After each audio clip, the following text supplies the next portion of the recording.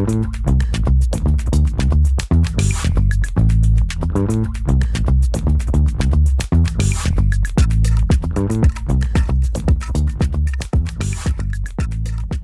to Love Not Fear, the space where we explore what it truly means to live with intention, embrace courage, and choose authenticity over conformity. Today we're joined by an extraordinary guest whose life offers a perspective of us that most of us rarely encounter. We have Miriam Lancewood, an adventurer, an author, and she's left behind all conveniences of modern life to embrace a nomadic existence in the wilderness. Originally from the Netherlands, she and her husband Peter have spent years of living off the land in some of the most remote places, cultivating a lifestyle that deeply connects to them, to nature, and to the challenges to live simply but meaningfully. Her story has inspired countless people to re-examine their own lives, including mine. Questions to societal norms and what truly matters in lives. Miriam's journey has invited us to consider how to embrace uncertainty and what it is like to step away from comfort and what it is to live a profound self-discovery life. Miriam, it's such a pleasure to have you here. Thank you for your time. Thank you for making it. I believe you are in Bulgaria. You're surrounded by snow, so if the internet connection is not that strong, that is the case. You are snowed in officially, but good to have you. Yes, thank you very much for having me. It's a pleasure to be here. And it's a snowy winterland at the moment, so we'll see how the interview goes. Hopefully good. What brought you to Bulgaria? Actually, after living for 7 years in the wilderness of New Zealand, we decided to walk through Europe. So we started in France and walked towards Istanbul. And on the way, we came through Bulgaria. And we saw that there's so much space here. And there's so much richness in terms of fruit trees, nut trees everywhere, very fertile soil, even high up in the mountains, in the Rhodope Mountains. And very cheap real estate. So we bought a little cottage. And that's where we are now. It's a change of lifestyle to have actually a place with a hard roof. Yeah. So Yes, for all of you that all of the listeners that don't know, but you have lived, 5 or 7 years, literally in the wilderness. Yeah. And that means living in a tent, and all your possessions you were able to carry it yourself, which you did. Yes, that's right. So in 2010, my husband, Peter, and I decided to find out what would happen to body and mind when living far away from civilization. And we decided to live in the Southern Alps of New Zealand, Southern Ireland, high up in the mountains with a tent and a few, clothing and a bow and arrow, and try to live off the land as best we could. And there was a hard learning curve. But yes, we survived for 7 years there. I read you had basic training in some hunting skills, and everything else like planting the plants that you needed, growing some vegetables. That was all self-taught. And what inspired you? Everything was self-taught. So a friend gave some information about hunting, such as the wind in your face and sun in the back, and those sort of principles. But really, you have to learn to hunt yourself just by doing it.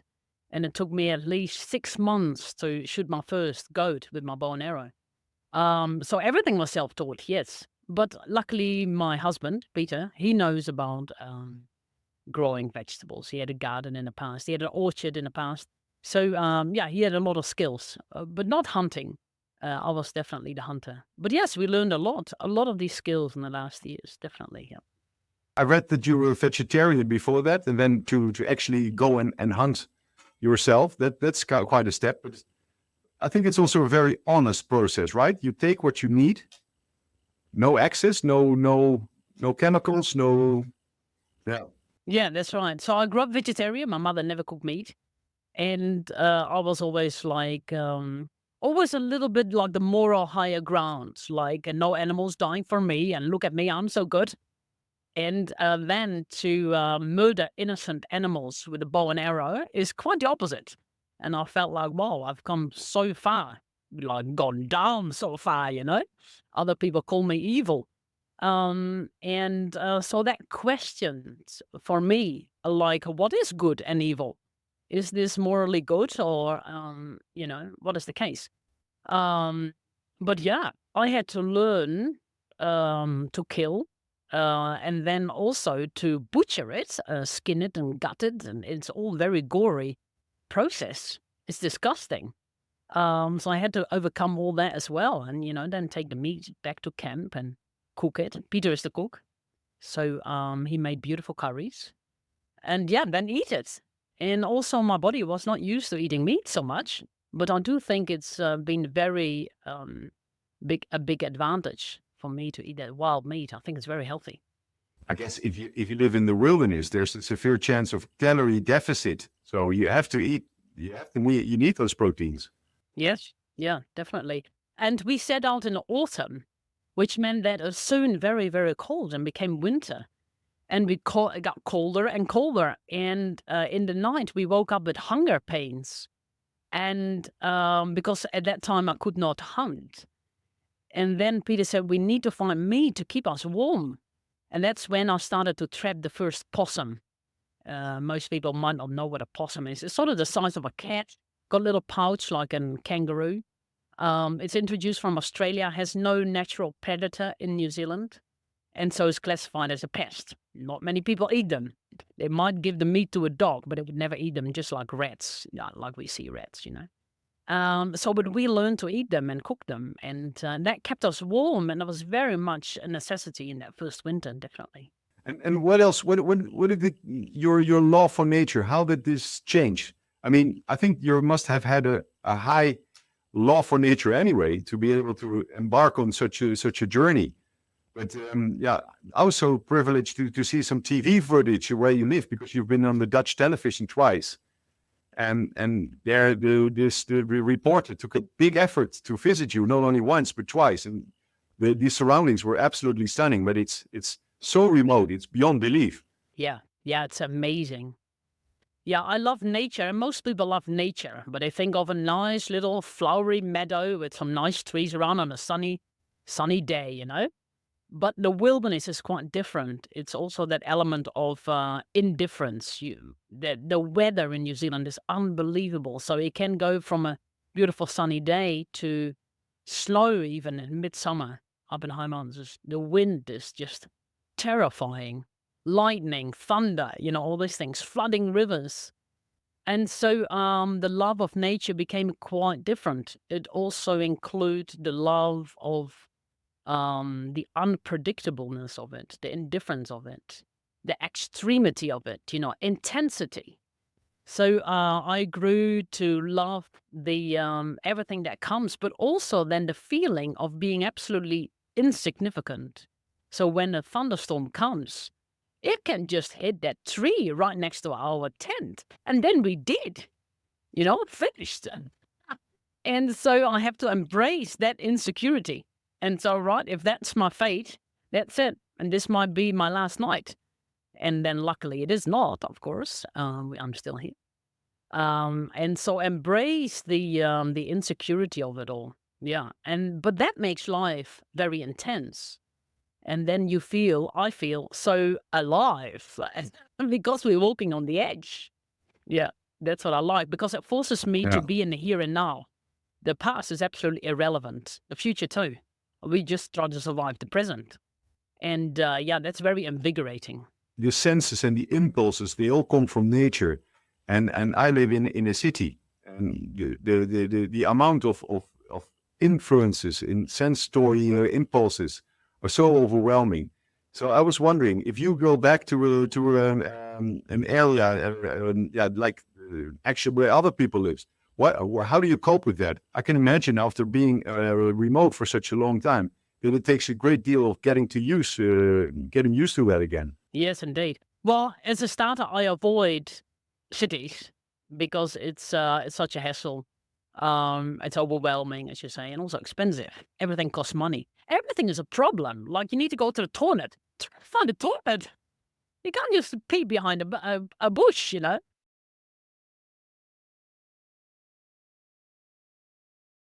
But anyway, what happens is always the same. The first day, I am hyperactive because there's electric light in the house that I'm in or the hotel. And so I'm so awake and don't sleep. And then of course, I wake up at 5 o'clock in the morning still. So I get sleep deprived and then different food and all the rest of it. But the first 3 days, I'm hyperactive. On the fourth day, I'm very, very tired. On the fifth day, I get sick. Because I'm down, I probably get a cold and all the rest of it. So yeah, it's very unhealthy for me to be in a city. Yeah, it's very important to be out in nature for me.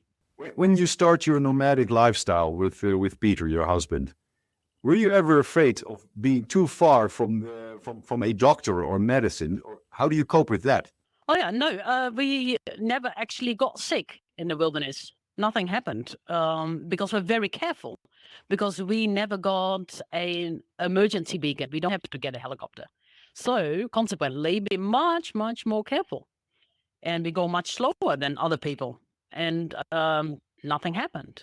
I never was afraid to be too far away from medical help. But of course, that's why I am very afraid, yes. But it lasts only 2 hours. So it's very intense, but short-lived. Whereas in the city, I think people suffer from background anxiety for years on end. And I think that's much more damaging than short-lived adrenaline. That's basically what this whole podcast is about, is to explore the relationship to ourselves at first. Everybody's so worried about meeting the right person, but if you're not in a good relationship with yourself and not in touch with the possibilities you have as a human being, then how can you ever be happy? So I think happiness is something that partially can be managed. And yeah, to have you as a guest, you took it to the utmost extreme. We were born not even 100 kilometers from each other. You choose a life that is. I cannot imagine anybody living with the same background, of course, because you were not born. You were not born there. You chose this lifestyle. And that is so super interesting. And then what I'm trying to find out is, what is the gift? I mean, the return must have been huge because you embraced the lifestyle and you've grown as a person. Yes, indeed. Yeah, very extreme in place, but it didn't feel that way. It felt completely logical to try that and to go and live in the wilderness. But we started very small. We wanted to do 4 seasons, just 1 year. And after that year, we thought, well, why go back to town for reason? Let's find another way to live. And every year we did do something slightly different. Sometimes we stayed in a little hut and grew a garden and I learned how to garden. Yeah, so every year I learned something different and I focused on something different. And never did it feel too extreme, only in hindsight. Like, 7 years in the wilderness. Oh my God, that sounds so otherworldly. And I guess it is, but it didn't feel that way. I can imagine that it is like you're running a marathon without even knowing it, and you take the first steps, and before you know it, you've done it. Yeah, yeah. What advice would you give to people that live in a modern day life, to point out that they indeed have choices and they have more influence over their own surroundings, so to say? People say follow your dream, but that's a very hard question. What is your dream? Most people don't know. And then they feel a failure, like I don't even know what my dream is. Okay, so the biggest thing is to get clarity first. Like, what do you want in life? Are you happy with your life as it is, or do you want to make any changes? Either way is good. It's good that if people are happy, you don't have to change your dream if you don't know what a dream is. But some people have a clear vision of what they want to do. Other people don't have that clarity. But, very, very simple. If you sleep plenty, you feel more energetic in the morning and you gain more clarity. Very simple step there. Then so what do you want in life? And I hear so much that people say, if only I had a little bit more money, then I would be free. I can stop working. Well, the thing is, you don't need that much money. If you have a few savings, then you can, especially if your house, sell your house. Well, that's easy. And then with a few savings, you can travel the world as long as you know how not to spend too much money, how to live very basic. And that's where the mental and physical toughness comes in. Like, are you willing to hitchhike instead of taking spend train or bus? It saves a lot of money. All the money you don't need to earn. And I think all the, having a job, you get paid, but the price you pay is the time of your life. Before we step over this idea of abundance and scarcity, I think we're in the Western world, we're very locked up about this idea of how much do we need. We're always looking at the next step. We need this in order to be happy, and in the meantime, our life passes away, and then you get hit by a bus. Yeah, maybe. indeed. Oops, life is over. Yeah, well, it took me a long time to realize that you have to stop and smell the roses once in a lifetime. You cannot postpone that. You cannot say, okay, I'm preparing for the life that might or might not come. I think that's the biggest waste of time. Yes, indeed. Yeah, that comes, I think, with the first conditioning that we learn in school, that you can always become better, more clever, more intelligent, more strong, more fit, and all the rest of it. Right? So next year you have more knowledge than this year. That's taught in school, right? But as adults, that never ends. Like, next year I'll have more money. And so it's never like, okay, this is the moment to say I have enough. I have enough knowledge, I have enough skills, I have enough money. Now I will live. So it's such a big part of conditioning to always acquire more. Yeah, it's about what relationship do you have with the unknown. If you live in the wilderness, you must constantly trust the unknown because, you don't know what's going to happen. So what's your next meal going to be? How did you learn to surrender and give up control over the environment? Yes, indeed. So we went into the unknown, with the wilderness, coming from a town that is very much unknown. But slowly that becomes the known. And instead of the wilderness, it felt more like our backyard. Because I learn every day more about that environment. And at the same time, I'm learning skills to survive, to hunt, and the rest of it. So with the unknown also comes the ability to deal whatever comes. So it's all very daunting in the beginning, but of course, you learn automatically. And then we deal with whatever comes. So now, if a thunderstorm comes, I know what to do. Yeah. So it becomes less fearful. Yes, but because I learned all and I've seen all the different circumstances. Yeah, I think that helped too. But yeah, you have to begin somewhere. You have to start off into the unknown, and that's the biggest step. So I would say the first step is the hardest one. But you seem like a very, very down-to-earth person. But at one part in the book you described where you said you had an enlightened feeling of knowledge, what nature is trying to talk to you. And at one point you explained that you almost could predict what a plant would be, how it would benefit you. Can you explain that? That is what people might call the mystical experience. But before that happened, we just stayed very, very quietly in one place for almost 3 months. And that time we slept a lot. And I felt my energy build up. I felt like I could jump up in the air. I felt so much energy.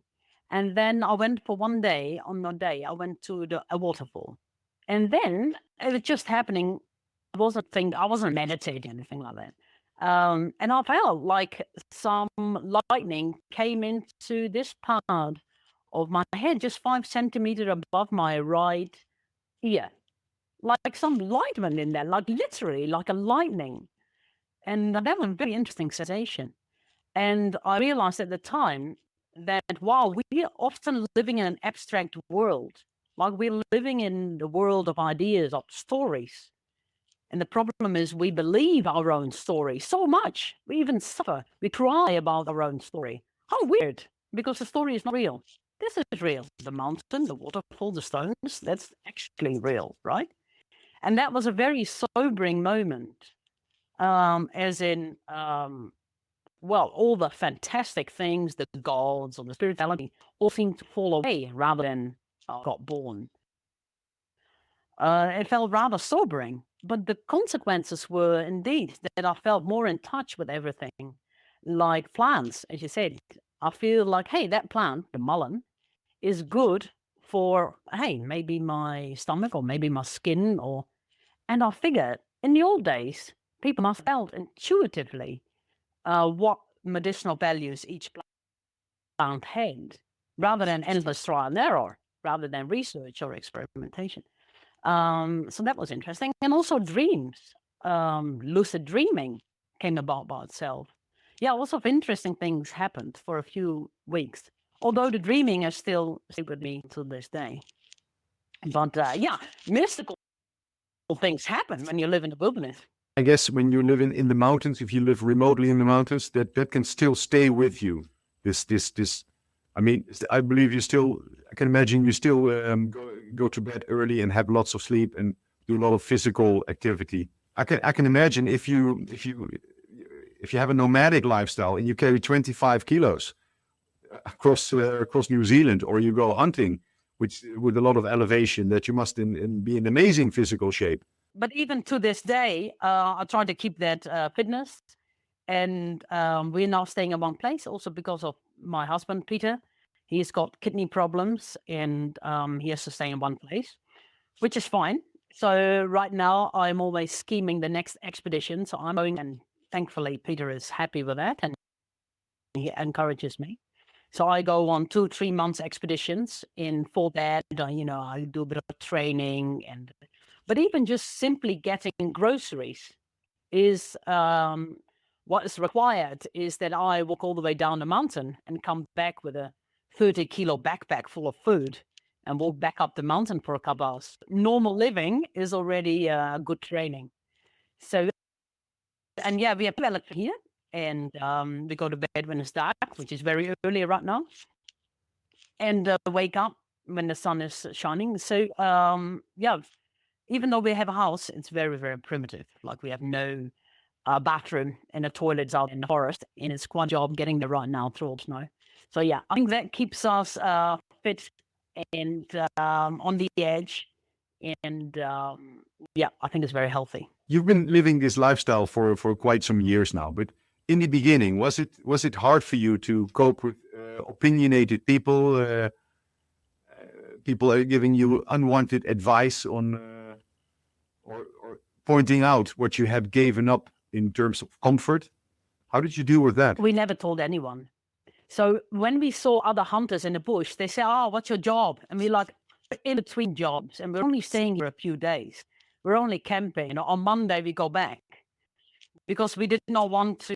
New Zealand is a small country, and everyone knows each other. So we had to literally lie our way through those years. No one knew. Only after 7 years, when television came and we got more known, that was the point that we left New Zealand and went to Europe.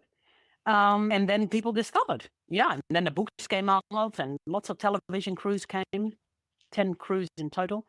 So then became all well known. But yeah, unwanted advice. Yeah, well, a lot of hunters give me advice about hunting. And I take that advice. Yeah, I'm grateful. Yeah, may I know it already, it doesn't matter. I'll listen to it again. And yeah, I'm always looking for teachers.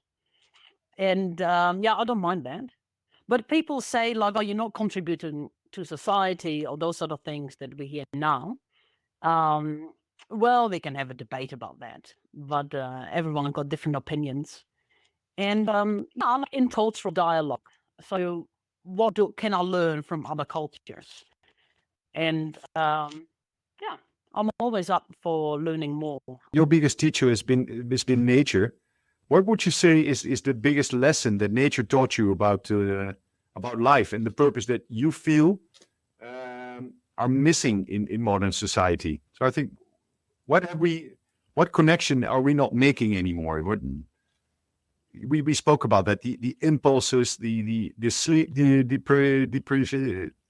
what do you call it, deprivation and maybe malnourishment. I think the food we eat has so little to do with nature anymore. So those are the obvious. But are there other ones that you say, okay, nature has taught me? Yep. Yeah, indeed. So in the city, whatever humans do has a big impact. Like we want to make a tunnel or we want to make a road. We will make road. And so we become to believe in the cities that we are very important beings. And nature, if you live in nature, you soon realize that you are subject to nature. We are, in fact, nothing. So you get your stuff together because others should die. If we don't get our firewood stored, collected and stored, we will die because we can't get ourselves warm and we die of hypothermia. So we have to use all our senses and brain and capacity in order to survive because we are actually nothing. And that is also what nature has given me, that I realized, and this is the impact on the mind of living in the wilderness, that we are so absolutely tiny. And all my worries and psychological so-called traumas or whatever is even more tiny. So tiny that it is insignificant. And that's great because then it dissolves. It wasn't solved by thinking about it.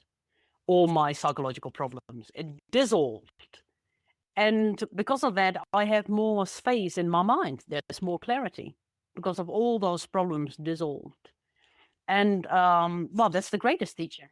I'm treated by the world dissolves. Was it not more letting go? Was a process where it just evaporated, or were you in small pieces letting go of your previous belief systems and your priorities in life? Yeah, Miriam, I never thought I will let go of that. Maybe if you try it out and you can say to yourself, I will let go, and then it happens. Well, maybe. But I never considered letting go. I don't particularly hold on to things, but I didn't practice letting go. Just all that shit comes up, especially the first winter, because we go to bed early, but then I can't sleep. And all those memories come up. Not once, but maybe 10 or 15 or 20 times. So they all come up. We call that the spiders in the corner. And it's shit. And it keeps coming up. And I think about it a little bit, and then it goes. I don't let it go. But after a while, it seemed to have gone. I don't know how. It felt as though it dissolved. But yeah, it just went after a while. Also because no new stuff came in. So because we didn't see any other humans, there's no new trouble or conflict coming. So maybe that's part of it. So you had all the time to deal with that. And I never heard of the expression spiders in the room, but I can imagine that each time you see the same spider, it gets smaller until indeed it might have dissolved. You've dealt with it. And wouldn't you say that that's also one of the things that in modern life we don't take time enough to reflect on what's actually what our beliefs, what has happened in the past that's influencing our belief system. I think we carry a lot of stuff in our backpacks that we could take out, and nature is a great teacher for that, because anything that's not needed, why would you carry it physically? But I guess also mentally. Yes, indeed. But it takes time. Yeah, it takes time to slow down. So what happened is we went into the wilderness. The first day it was absolutely fantastic. We said, aren't we lucky to be here? Why is there no one else doing this? This is amazing, beautiful, paradisical place. The second day, we thought, oh my God, what are we going to do? We are here with, food, supplies and that. We're going to be here for 4 months. What are we going to do tomorrow? Today's okay, but tomorrow. And so soon enough, the fear of boredom came up.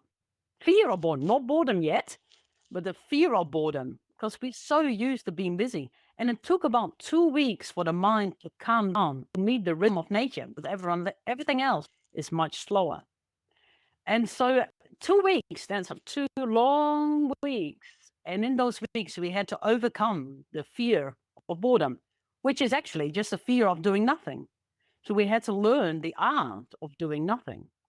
And that was the hardest thing in that whole 7 years, to slow down, to do nothing, to just sit there, not meditating or reading. That's both something. Doing nothing is absolutely nothing. And how can you be afraid of that, right? And so, yes, people need to learn to do less, or to rest, to reflect on the past. But for that, you need time. For a start, 2 weeks to calm down, and then another 3 months to process the past. Well, who has got that time? Who wants to sit for all that shit? No one. They want to go on nice holidays and be occupied and sightseeing and be entertained and go hiking or swimming or snorkeling, right? Yeah, not sit in the bush under a tarp. About 10 years ago, I was even more busy than now, at least in my head. When I would go on holiday, the second or third day I would get sick. Because, my body couldn't cope with the shift from being on to off. And I spoke to that about a lot of people, and it's quite common, I've learned.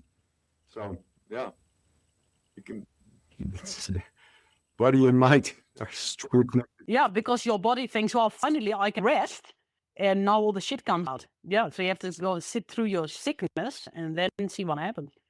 But people don't have time for that. Are not willing to give that time.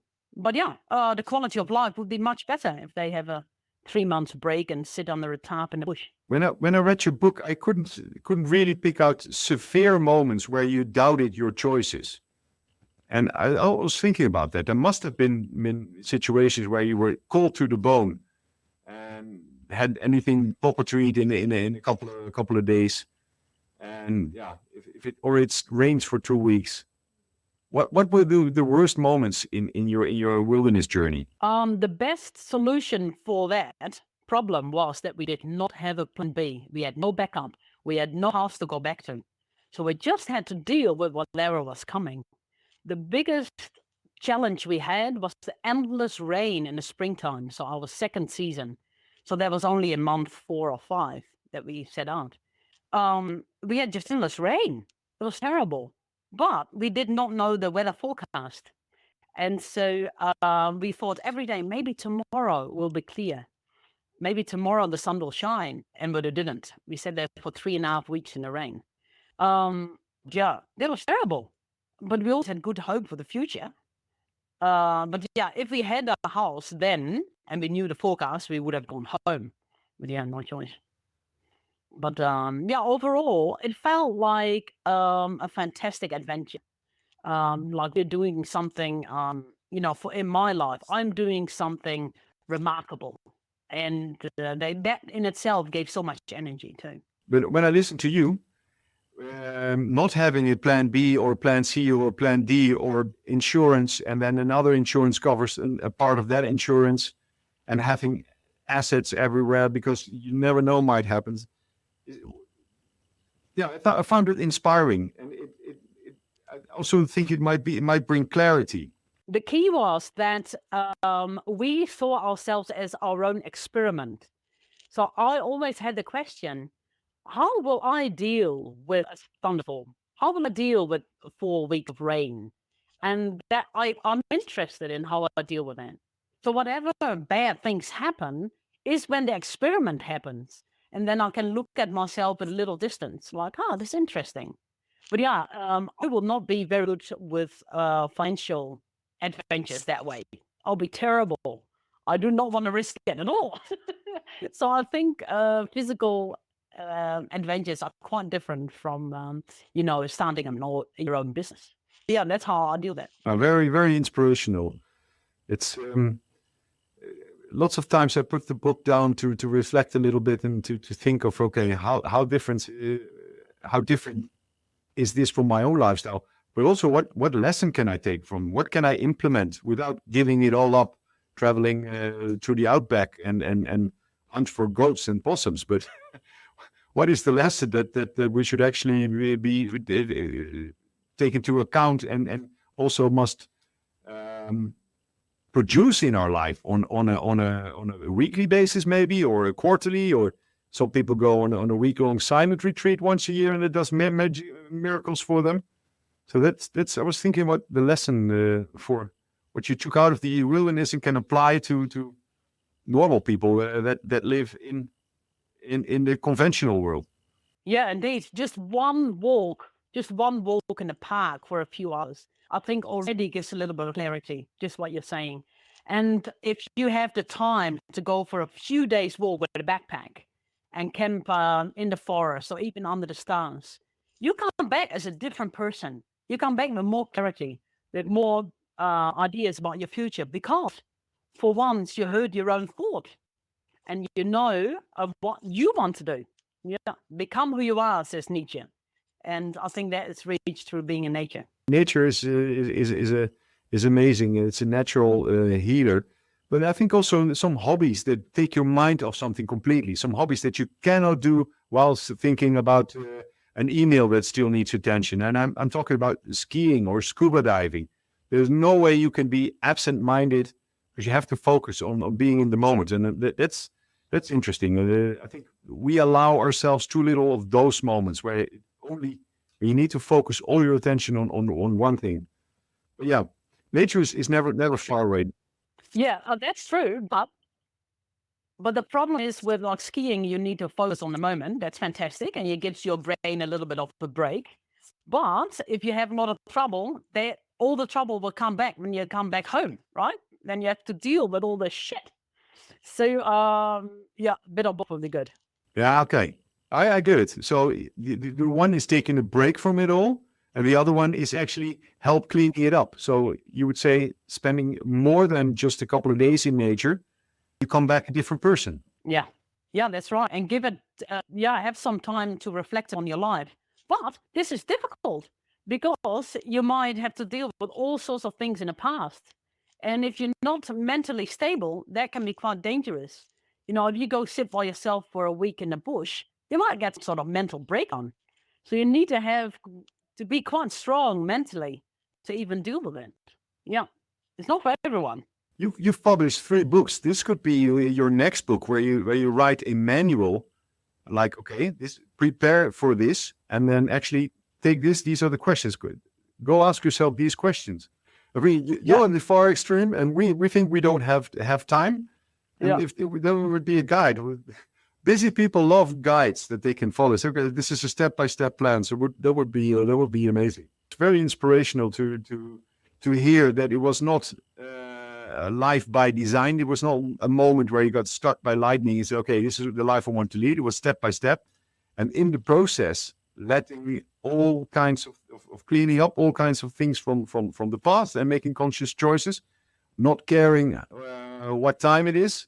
I believe you didn't have a mirror. You didn't know what you look like yourself for months in a row. Yeah, so we went without any technology and not even a clock. We had no idea what time it was. Yeah, we did that deliberately. But actually, that stems from walking in the Himalaya and we saw sadhus, which are people who own nothing, just a piece of cloth.